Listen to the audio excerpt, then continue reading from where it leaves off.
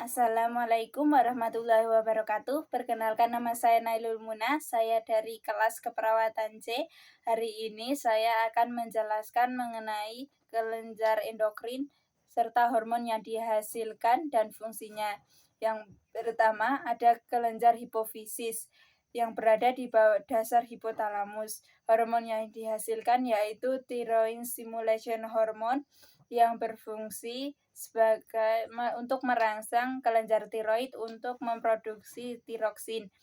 Kemudian ada follicle stimulation hormone yang berfungsi mendorong pembentukan dan pematangan gamet.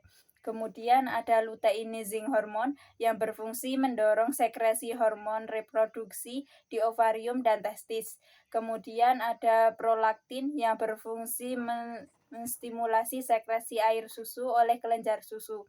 Kemudian ada growth hormone yang berfungsi merangsang pertumbuhan tulang. Kemudian ada oksitosin yang berfungsi membantu merangsang kontraksi otot pada uterus. Kemudian ada vasopresin yang berfungsi menjaga kadar air di dalam tubuh. Yang kedua ada kelenjar tiroid yang berada di bawah laring. Hormon yang dihasilkan adalah tiroksin dan triioditorin yang berfungsi sebagai proses metabolisme, pertumbuhan fisik, perkembangan mental, kematangan seks, dan distribusi air dan garam dalam tubuh.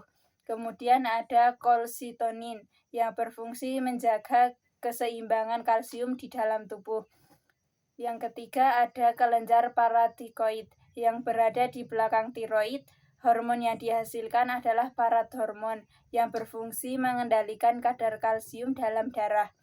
Kemudian ada kelenjar adrenalin yang berada di kutub atas ginjal.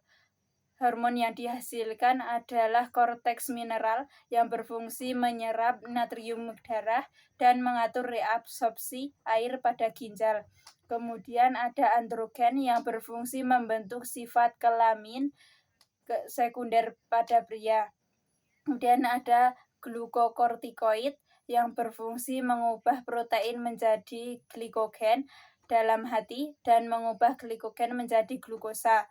Kemudian ada adrenalin atau epinefrin yang berfungsi mengubah glikogen dalam otot menjadi glukosa dalam darah dan meningkatkan kerja syaraf simpatik yang merupakan salah satu syaraf yang mempengaruhi kerja jantung.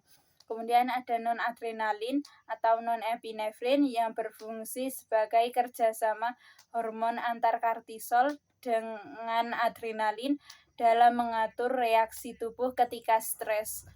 Kemudian pada kelenjar pankreas berada di bawah lambung terdapat hormon yang dihasilkan yaitu insulin yang berfungsi mengubah gula darah menjadi glikogen di hati sehingga kadar gula darah menurun.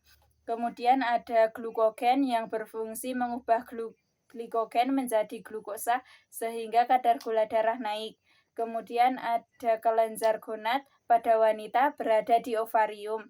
Hormon yang dihasilkan adalah estrogen yang berfungsi menentukan ciri pertumbuhan kelamin sekunder perempuan dan progesteron yang berfungsi sebagai penebalan dan perbaikan dinding uterus atau rahim.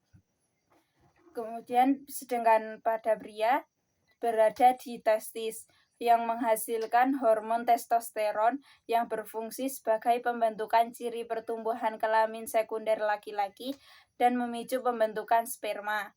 Kemudian ada kelenjar timus yang berada di bagian posterior toraks di atas jantung.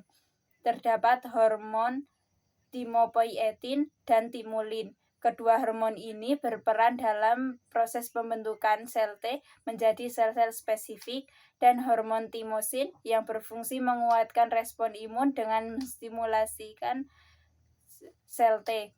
Sekian penjelasan dari saya. Apabila ada kesalahan mohon dimaafkan. Wabillahi taufiq wal hidayah. Wassalamualaikum warahmatullahi wabarakatuh.